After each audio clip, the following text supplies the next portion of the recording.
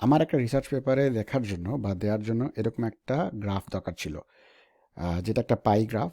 তো এই গ্রাফটা আমি কি করে পাইথন দিয়ে আর ম্যাটপ্লটলিব লাইব্রেরি দিয়ে খুব সহজে কোনো কিছু ইনস্টল না করেই ব্রাউজারে কিছু কোড লিখে গ্রাফটা তৈরি করেছি, সেটি আপনাদের সাথে শেয়ার করব।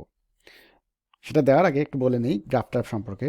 আমি একটা টেস্ট রান করলাম, সেখানে ধরা যাক কিছু বাগ পাওয়া গেল, যার মধ্যে কিছু সংখ্যক ফাংশনাল বাগ, কিছু সংখ্যক ইউজার ইন্টারফেস বাগ, সিকিউরিটি আর পারফরমেন্স বাগ।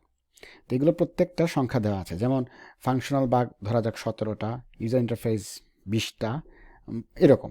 তো পাই গ্রাফের ব্যাপারটা হচ্ছে সেটা পুরোটাকে একটা 100% হিসেবে পার্সেন্টেজ ওয়াইজ দেখাবে। তো এই জিনিসটা কীভাবে করা যায় সেটা আমি আপনাদেরকে দেখাচ্ছি। প্রথমে যে কাজটা করতে হবে, গুগলে গিয়ে, মানে ব্রাউজারে গিয়ে গুগল কোল্যাব কোল্যাব লিখে সার্চ দিবেন। এই যে গুগল কোল্যাব লিখে সার্চ দিলেই যে প্রথম লিঙ্কটা আসবে সেটাতে যদি ক্লিক করেন, গুগলের এটা একটা সার্ভিস যেখানে আপনি খুব সহজে মানে কোড লিখে ডেটা সাবমিট করে গ্রাফ তৈরি করতে পারেন। তো আমি কিছু ডেটা আগেই নামিয়ে রেখেছি, সেটা আপনাদেরকে দেখাই। যেমন ধরা যাক আমার বাগ টাইপ হচ্ছে ইউজার ইন্টারফেস, ফাংশনাল, সিকিউরিটি আর পারফরমেন্স, আর তাদের কাউন্ট করসপন্ডিং কাউন্ট হচ্ছে 17, 20, 3 আর 1। মানে ইউজার ইন্টারফেস বাগ হচ্ছে 17টা, ফাংশনাল বাগ 20টা, এবং এরকম আর কি। তো এই জিনিসটা দিয়ে আমি কিভাবে গ্রাফটা তৈরি করতে পারবো সেটা আপনাদেরকে দেখাচ্ছি। আবার একটু মনে করে দিই, গ্রাফটা এরকম চেহারা দাঁড়াবে। ওকে, এখন প্রথম যে কাজটা করতে হবে সেটা হচ্ছে আমাকে এই ম্যাটপ্লটলিব যেটা লাইব্রেরিটা সেটাকে ইম্পোর্ট করতে হবে। তো চলুন করি, খুব সহজ। Import matplotlib dot pyplot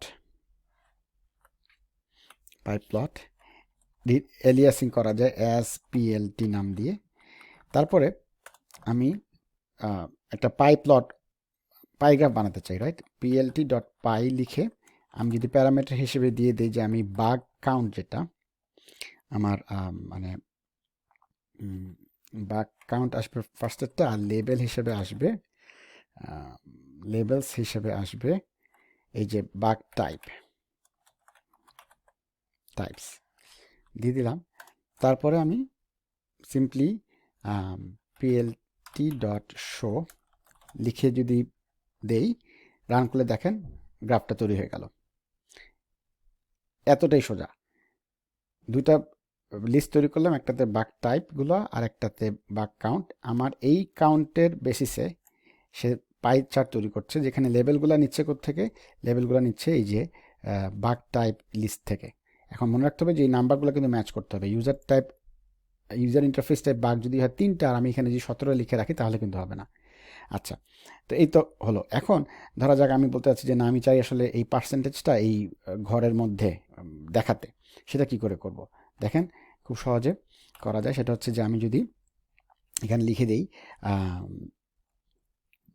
auto PCT, এই অপশনটা দিয়ে যদি আমি একটা পার্সেন্ট সিম্বল দিয়ে ধরা যাক .10f লিখে দিই, রান করলে দেখেন সে প্রত্যেকটার পার্সেন্টেজটা দেখাই দিচ্ছে।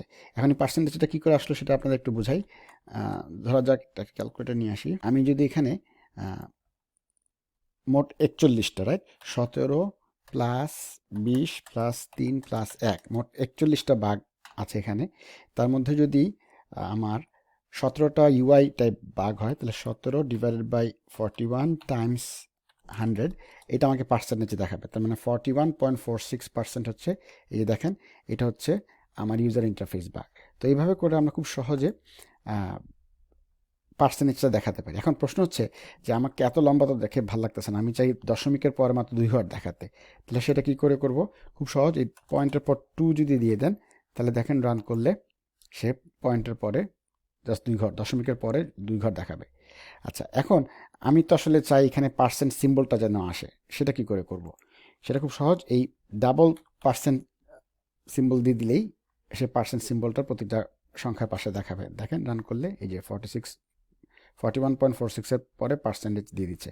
মনে রাখবেন এই পার্সেন্ট সিম্বলটা কিন্তু দুইটা জিনিস করে, একটা হচ্ছে প্লেস হোল্ডার, আর যেমন এখানে বলতেছি প্লেস হোল্ডারে 0.2f ফ্লোটিং পয়েন্ট নাম্বারগুলো আসবে, আর পরের এই প্লেস হোল্ডারে আসবে এই দ্বিতীয় পার্সেন্টেজ সিম্বলটা। তো এটা আমাকে এই জিনিসটা ফিগার আউট করতে একটু সময় লাগছিল, তো আপনারা আশা করি এখন বুঝতে পারলেন যে কি করে সংখ্যার পরে পার্সেন্ট সিম্বলটা দেওয়া যায়। আচ্ছা, এখন একটা জিনিস খেয়াল করেন, এই যে 2.44 এটা কিন্তু অনেকটা ওভারল্যাপ করে গেছে, রাইট? এটাকে আমি আরেকটু ডান দিকে সরে আসলে মনে হয় ভালো হয়। এই জিনিসটা কি করে করা যায়, সেটা উপায় হচ্ছে কমা দিয়ে দেখেন এখানে যদি পিসিটি ডিস্টেন্স দেন, পিসিটি ডিস্টেন্স দিয়ে যদি আমি একটা সংখ্যা দিয়ে দিই, ধরা যাক আমি বললাম 1, পিসিটি ডিস্টেন্স হচ্ছে 1, তাহলে দেখেন এই কেন্দ্রবিন্দু থেকে এত দূরত্বে চলে গেল। আমার এত দূরত্ব দরকার নেই, আমাকে একটু কমায় নিয়ে আসতে হবে। আমি ধরা যাক 0.7 দিলাম, দিয়ে যদি আমি রান করি দেখেন এটা সরে আসছে। ওকে, বাই ডিফল্ট আমি ধারণা 0.6 থাকে, যতটুকু আমি খেয়াল আছে 0.6 হচ্ছে ডিফল্ট ভ্যালুটা। আচ্ছা, এখন আরেকটা ফাইনাল একটা জিনিস আপনাদেরকে বলি, যে আমি ব্লগে দেখলাম এখানে যদি আপনি plt.access লিখে ইকুয়াল দেন, ইকুয়াল এই কথাটা লিখলে জিনিসটা সুন্দর করে ছবিটা আসে, দেখেন। তো এটা একটা সাজেস্টেড স্টেপ। আর ফাইনালি যদি ধরা যাক আমার যে গ্রাফটা ছিল, মানে সেটা আপনাদেরকে দেখাই, আমি চাই ইউজার ইন্টারফেসটা যেহেতু মানে কি বলবো সবুজ হবে, রাইট? মানে ইউজার ইন্টারফেসের বাগটা বেশি জটিল না, আমি এটা চাই সবুজ করতে, এটাকে কমলা, তারপরে মানে কালারটা যদি চেঞ্জ করতে চাই তাহলে কি করে করব, সেটা করার উপায় হচ্ছে আপনি প্রথমত একটা কালার কোড দিবেন। আমি কপি করে নিয়ে আসি, আমি কিছু কালার কোড রেডি করে রাখছি। ধরা যাক আপনি যদি বলে দেন যে না আমি বাই ডিফল্ট কালার চাই না, আমি কালার এইগুলো চাই, প্রথমটা হবে গ্রিন, তারপরটা হবে ব্লু, তারপরটা অরেঞ্জ, তারপরেরটা রেড, এরকম যদি করতে চাই তাহলে কি করব দেখাই। আপনি যদি এখানে বলে দেন কালার্স, তারপরে যদি আপনি নাম দিয়ে দেন যে কালার্স থেকে আসবে, হ্যাঁ আমি বলে দিচ্ছি যে আমার কালার প্রথমটা হবে গ্রিন, তারপরটা ব্লু, চেঞ্জ করে দিলে দেখেন কালারগুলো চেঞ্জ হয়, প্রথমটা গ্রিন, তারপরেরটা ব্লু, অরেঞ্জ, তারপরটা রেড। এখন এই কালারগুলো কোত্থেকে পেলাম? এই কালারগুলো আসলে আপনি যদি একটু সার্চ করেন অনলাইনে যে ম্যাটপ্লটলিব কালার লিস্ট, তাহলে এরকম একটা ওয়েবসাইট আসবে। ম্যাটপ্লটলিব কালার লিস্টে গিয়ে আপনি দেখতে পারেন বিভিন্ন কালারের নাম, যেমন আমি এখান থেকে যে এই টেবিল প্যালেট যেটা এই কালারগুলো নিয়ে আসছি। ওকে, সো মোটামুটি এই ছিল ম্যাটপ্লট দিয়ে খুব সহজে গ্রাফ তৈরি করার উপায়। আর ফাইনালি আর একটা জিনিস মনে হয় আপনাদেরকে দেখাবো, সেটা মানে পাইয়ের ডকুমেন্টেশন আর অনেক কিছু করা যায়। যেমন আরেকটা জিনিস দেখা আপনাদেরকে, আপনারা চাইলে এখানে যখনই কমা দিবেন তখন কিন্তু আসলে এখানে অনেকগুলাই যে অপশন চলে আসবে কী কী প্যারামিটার নিতে পারে।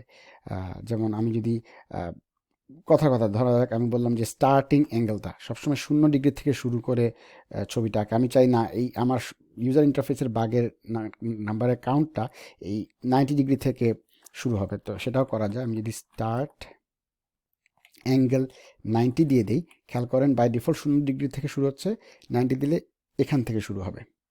ওকে, চলেন রান করে দেখাই, খেয়াল করে দেখেন এই যে এখান থেকে শুরু হয়ে জিনিসটা হচ্ছে। আপনি চাইলে এটাকে বলতে পারেন যে না 190 না, আমি 180 ডিগ্রি থেকে শুরু করতে চাই, তো তখন সে 180 ডিগ্রি থেকে প্রথমটা শুরু করবে ইউজার ইন্টারফেস, তারপরেগুলো বাকিগুলো সে অ্যাড করে দেবে। যাই হোক, এটা আমাদের আপাতত দরকার নেই, আমার ডিফল্ট ভ্যালুই থাকুক, 0 ডিগ্রি থেকে শুরু হোক। এইভাবে করে আপনারা খুব সহজে সুন্দর গ্রাফ তৈরি করতে পারেন। আর ফাইনালি এই গ্রাফটা সেভ করার জন্য জাস্ট রাইট বাটন ক্লিক করে সেভ ইমেজেস করে সেভ করে নিতে পারেন। তো আশা করি আপনাদের উপকার আসবে। ভালো থাকবেন, ধন্যবাদ।